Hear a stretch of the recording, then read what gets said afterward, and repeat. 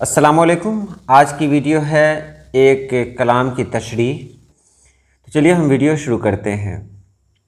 یا صاحب الجمال و یا سید البشر من وجہ کل منیر لقد نور القمر لا يمكن الثناء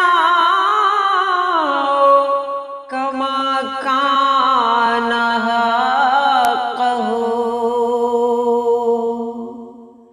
بعد از خدا بزرگ توئی قصہ مختصر۔ یہ جو کلام ہے، یہ کلام اس میں کون سی صنعت استعمال کی گئی؟ تو صنعت کا نام ہے صنعت تلمیعی، عین سے ہے۔ صنعت تلمیع تو آپ لوگ جانتے ہی ہیں، جس میں کسی واقعے کی طرف اشارہ ہو، تاریخی واقعے کی طرف اشارہ ہو، لیکن یہ صنعت تلمیع ہے۔ صنعت تلمیع کہتے ہیں جس میں دو زبانوں کا استعمال ہو، ایک سے زیادہ زبانوں کا استعمال ہو۔ تو آپ دیکھ رہے ہیں یہاں 3 مصرع عربی کے ہیں اور چوتھا ہے وہ فارسی کا ہے۔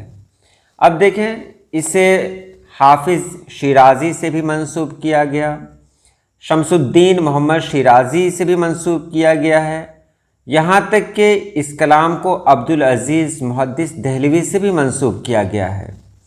زیادہ تر جو اس کے حوالے ملتے ہیں وہ عبدالعزیز محدث دہلوی اور حافظ شیرازی کے ملتے ہیں، لیکن کہیں پر بھی متفق طور پر کچھ نہیں کہا جا سکتا۔ پھر آتے ہیں یہاں پر کہ مطلب اس کی تشریح کیا ہے۔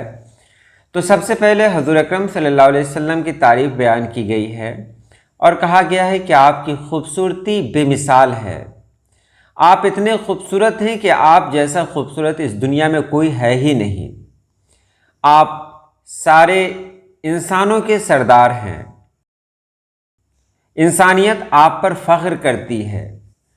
اور دوسرے میں کہا گیا کہ آپ کے چہرے مبارک سے ایسا لگتا ہے جیسے کوئی چاند چمک رہا ہو، چاند نکل رہا ہو، چاند کی روشنی پھوٹ رہی ہو۔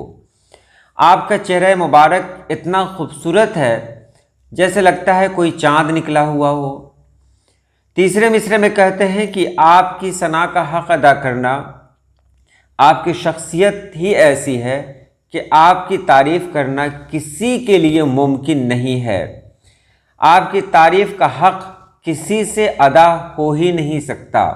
یہ حق ایسا ہے جس کو ادا کرنے کے لیے کسی کے پاس وہ طاقت نہیں ہے، وہ حیثیت نہیں ہے۔ اور آخری مصرعہ جو فارسی کا ہے اس میں کہا گیا ہے کہ قصہ مختصر، یعنی میں یہ کہہ کر بات ختم کر دینا چاہتا ہوں کہ اللہ پاک کے بعد اگر کوئی بزرگ برتر ہستی ہے تو وہ ہستی آپ کی ذات پاک ہے۔ تو یہ اس کلام کی تشریح رہی۔ تو آج کے لیے اتنا ہی۔ اللہ پاک آپ سبھی لوگوں کو خوش رکھے، آباد رکھے۔ اللہ حافظ۔